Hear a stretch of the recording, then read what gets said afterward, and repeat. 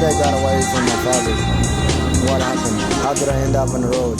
What killed my father? What disease killed him? How he died? You know, did somebody stab him? Did somebody shoot him? You know, what happened? Did he fell off a cliff? My mother, I can put her away and cry for her maybe once a month. But with my father, I know him. I know he loved me. He did the best he could to raise me, so it's different. I'll never forget the excitement, the happiness I got when I met Gabriel and he told me, he said, he know my father and I'm gonna see my father. But actually he know my father has been gone for 7 years. So in order for me to go back, it's heavy, it's hard, it's hard. And I brought clothes for my father and some little bit money. And since my father's not there, I give the clothes that I brought for my father, give to my brother, and I gave him $700. Say that you buy one female goat and one male goat, and you mate them. When the babies come, you sell the babies, and you can move out of this, you know, this life. And I said, okay, I will do. But I don't know he's gonna do that because I'm not here. But I told him, I said, you know, I'm gonna come back and see what you did. So how does it feel to be back in Ethiopia? It feels great. It feels great, and it feels depressing because you see a lot of people still struggling. A lot of people working, even working people's not making enough. You know, you see a mother side of the road hugging her kid at night, 11 o'clock, and just that's her bed. That's her where she spend the night sleeping. And while most of the people are sleeping in a comfortable bed, they complaining their life's bad.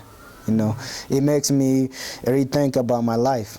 It makes me think that, okay, Josiah, Bamora, you have a house, you have a car, you have a bed. Why don't you be begging Jesus, saying, thank you, Lord? A lot of people in America say, oh, we poor, we have nothing. Until you see this, you don't know. You have to see. People who live in comfortably making $60,000, $70,000 complaining their life bad. But people here works 1 hour and they don't even make $1. They don't make less than $1. Life is not easy. Life's not easy for nobody. Especially life's not easy when your 8th grade was your kindergarten. And when you don't speak English, you don't ride, you don't know nothing, but you're just a baby, but a grown man. And people expect you know, but you don't. And from kindergarten to 8th grade, and I struggled. But I said, God, I can't give up. Because if I give up, what can I do? And I finally did a good actually school. I did a better job than the kids that are born naturally in America. To be honest, when I was in America, I thought Ethiopia was my home and where I belong. But when I come back here, me growing up with my mother and not having my father, and you know, the brothers, the sisters that I met when I got to my village, that I didn't know. I thought I was the only child from my father. And I didn't know I had a sister, brother, I didn't know nothing. Even though people told me that I have brothers and sister that I didn't know, and they were grown and some of them married, and my brothers lived in my father's land, but I have no connection. We didn't spend time, he didn't hold me, he didn't raise me, he didn't feed me, and I didn't know, so he's just like somebody stranger that walking in and say, I am your brother, I am your sister, you know? It's hard for me to accept. So at this point, I really don't know where I fit. And at some point, every man struggle with that question. But I have a closure because what I know is I was born in Kindo Kosha, Kochok Avale, the town called Didai. So I come there, I had an answer, I had a closure. So maybe when God gave me opportunity to have my own child, I can tell this story. You know, this is what I have to be, this is why I'm here, and this is why I have a white daddy, white mommy, white sisters, white brothers, and a black brother, black sister, you know. This is why your last name is this way, because this is my parents who take me in, accept me, open door for me, loved me, and this is where I grew up. So this is who we are now. Growing up in the orphanage, even before I was in orphanage, I was working for this guy named Gavre, which is, I call him my uncle right now. He had a house and but I was his maid pretty much. I was doing whatever he told me.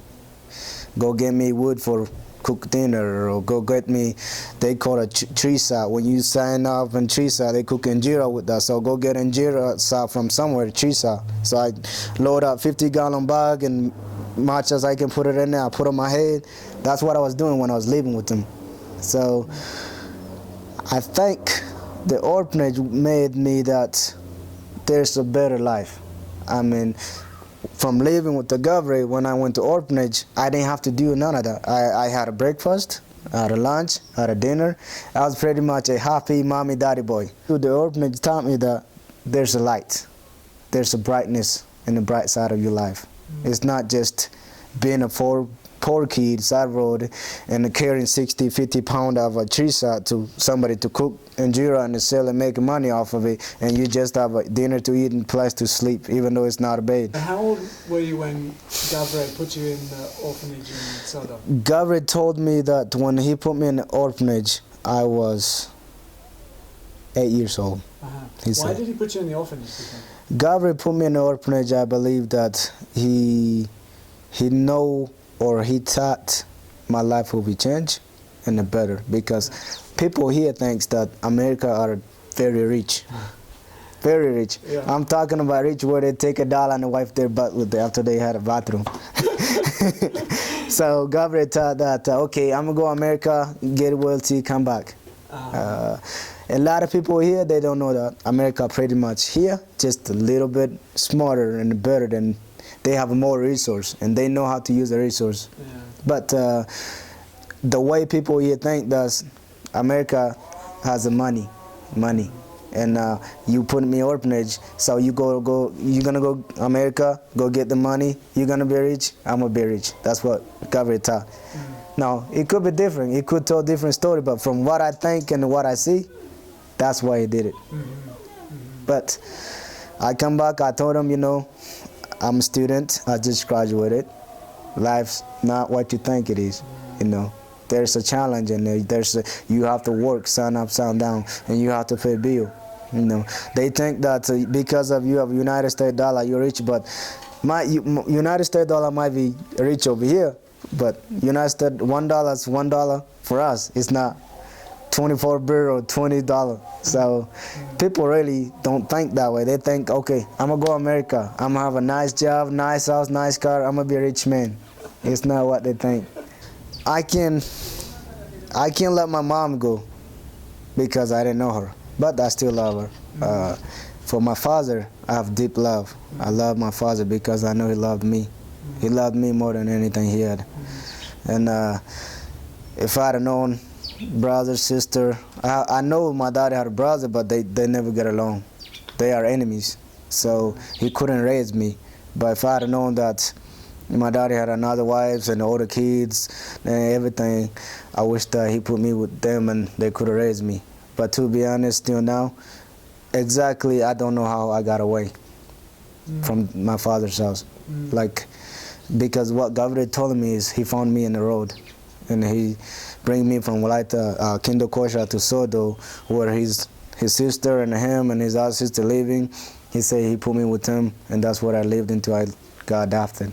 But do you know why your dad died?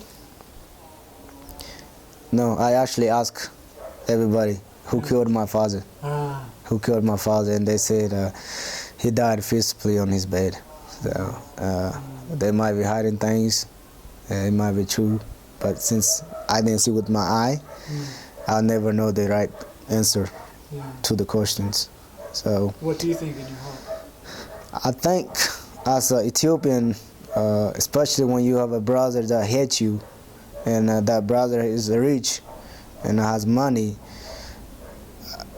I think something due with him to my father's death, because, or my father, I mean, they didn't say he got AIDS or this disease killed him. They say he died on his bed naturally.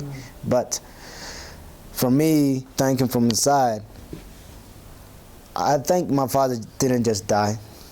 I asked everybody, I said, what did my daddy say the last word about me? You know, I always have the last word for him. I said, and they all say, he said a lot of things. He said a lot of things about you, but I didn't hear a single thing that your father Balache say this to you. But I asked, what did he say? Did he say anything about me? All the answers, he said a lot about you, a lot about you. It would be great for me to say, you know, your father say he loves you, and he hoped that one day he sees you. That would warm my heart. Instead of saying, you know, he said a lot of things. But next for me is my dream to, I have a lot of dreams. I'm simple man. I'm not looking to be rich. I just want to work hard and earn money much as I work, pay my bill, and help others.